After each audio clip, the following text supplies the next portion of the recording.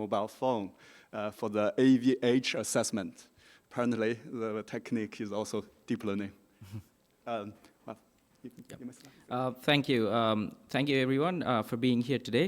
My name is Subigya. I'm a PhD candidate at Dartmouth College, where I work under the supervision of Andrew Campbell. This work, we use mobile phone sensing and audio diary to assess auditory verbal hallucination.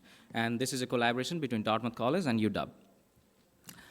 So what is auditory verbal hallucinations? AVH or AVH, auditory verbal hallucinations are sensory perceptions ranging from audio imagery and vivid thoughts to fully developed hallucinations in voices and sounds in absence of any speaker. And it typically occurs in people who've been diagnosed with serious mental illnesses, but can also occur in people with diagnosis of anxiety and depression, in addition to people who have no identifiable psychiatric or neurological diseases.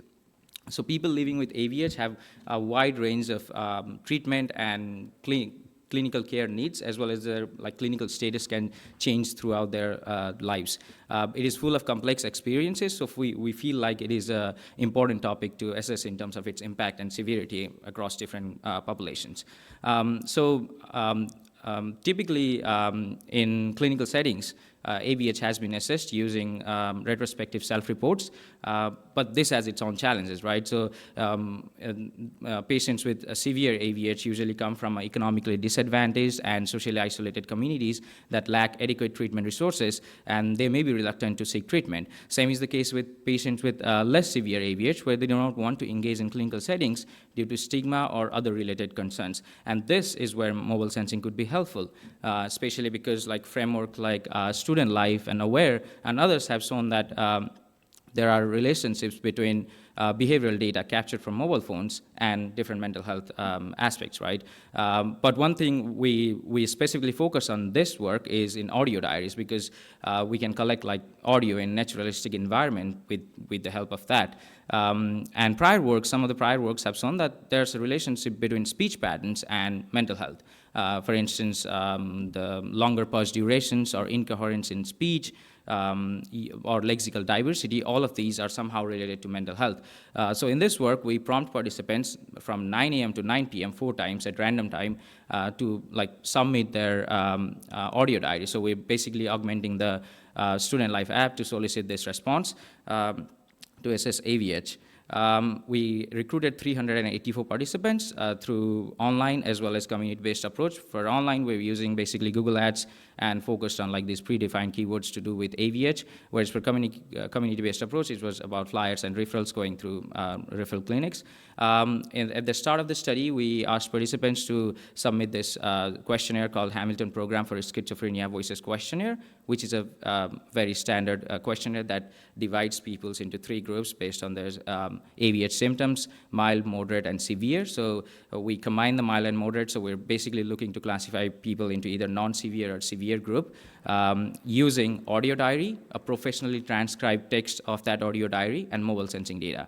So 3 data points, 3 data types, and the study is conducted for 30 days. In terms of the number of audio diaries, we get about 4,809 diaries over the period of 30 days. Most of these, as you can see, happen during 9 a.m. to 9 p.m., and majority of these are under 1 minute long. But a significant portion is also more 2.5 minutes to 3 minutes long. 3 minutes was the maximum time they could submit the audio diary for. So this is 384 participants, but we filter out all the responses that are below 30 seconds because we realized that most of them were noisy. And we're left with 3,033 responses, audio diaries from 229 participants, which is what we use in our analysis. So first we look at this is the word cloud of the severe and non-severe group, and we find that the words they use are kind of similar. So just relying on the occurrence may not be the best idea, so we try to do more comprehensive analysis.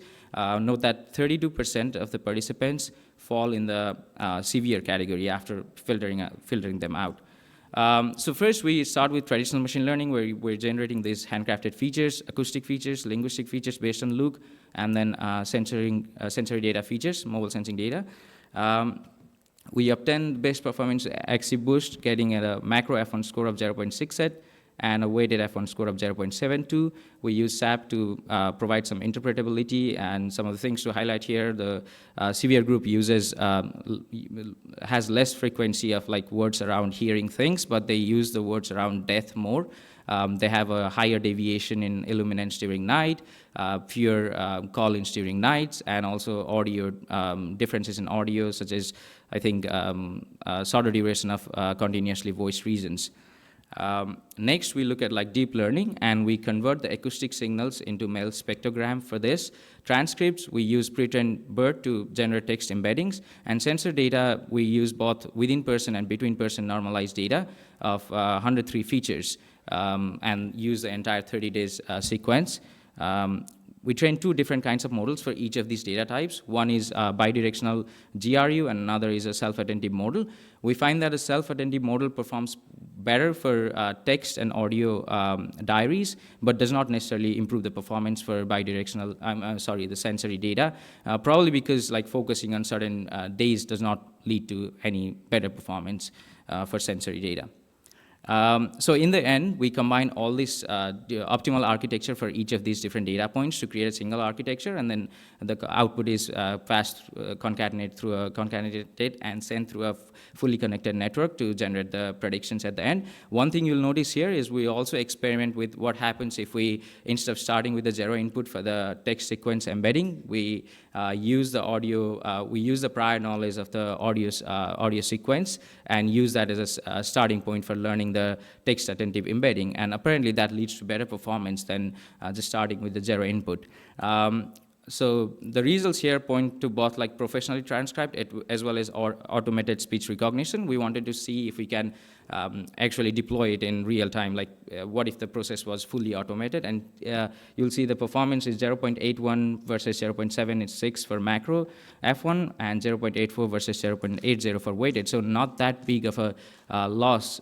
So maybe it's possible to do this all in a fully automated fashion. Thank you so much. There are a lot of things in the paper, and I only gave a high-level overview, but feel free to reach out if you have any questions. Thank you. Okay. Any questions? Yeah, thank you, Subigya, for the presentation. Really interesting work. I had a question about sort of, I guess, how to actually use some of the interpretable features that you mentioned. So in a lot of our work, we find that there are just many different features that are interpretable, right? And I'm trying to think about, like, if I'm a patient, I'm a clinician, you know, having to like sort through all of this variable features is going to be difficult. So how do you think we can improve the interpretability or the way we present interpretability such that, like, you know, there's like a limited set of very interesting information that is like highly predictive and useful for me? Right. I think, again, I think this is a wider problem as a whole in like whole mobile sensing thing. Where, I mean, different groups are doing different work, and we have these different interpretable features for like different reasons, right? But then not including all the stakeholders in that conversation. We're just not sure if like will clinical population, like clinical folks, I mean, appreciate this, right? Me as a user, would I be able to do anything out of it, right? So I think it takes like a broader talk, like broader research around that arena, rather than like, I don't think this is something that I can, like, I think come up with an answer now, but I think it's just something we need to move ahead to as a community to actually have a real like impactful change of all the research that we do. Thank you. I don't know if that answers it, but no, I don't have a direct answer. I'd like to pose for future Thank work, you. so thank you. I also got a quick question. Sorry. Well, apparently you like analyze the speech.